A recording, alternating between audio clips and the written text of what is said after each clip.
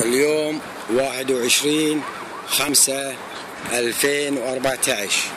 هذا المطعم اللي بسوق الجمعة اللي كان يجيب الأكل والطماط والخضرة كلها يجيبها من الزبالة ويعطيها حق الناس اللي تجي المطعم، وسكرت البلدية من مكتب الوزير.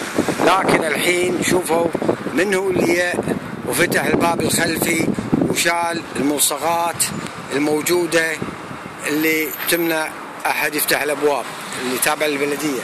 لكن شوف حتى الباب هذا فاهقينه مبطلينه وحاطين در نفيس مكانه. شوفوا حتى هذا لاعبين فيه، شوفوا هني مع الأسف هذا مكسور هني، شوف شو مكسور، شوف الدر نفيس شو حاطينه مبطلينه بالعكس. لكن هذا الباب شوفوا هني مع الأسف على ملصقات اثنين وشالوه، شالوا الملصقات خلوا الباب مفتوح. شوفوا شلون هذا الباب مفتوح مع الأسف. وين الرغابة؟